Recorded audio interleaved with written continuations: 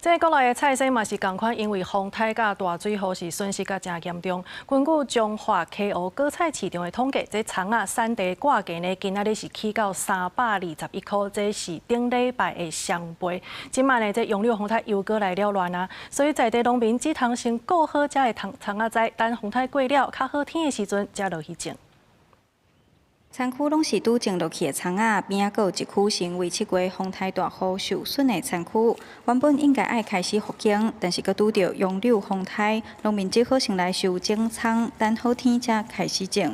咱即区就是进前风台大水吼，死无去的，就是按算即阵要来种，拄到风台啦。 所以等风台过了，咱才过来要来种跩葱啊！跩葱啊种落去，嘛着爱11月中遐才有通啊收啊。前一阵大水雨，地区国内菜价损失严重，菜价嘛悬甲惊人。其中葱仔价小起双倍较低，实际来到溪湖果菜市场，葱仔量真少。农民讲，热天葱仔本地就歹种，佮拄到天灾，根本种袂起来。拄啊人吼，说较歹种的，葱仔有种袂啥快。你即摆搁即个风台有，若有礼拜有。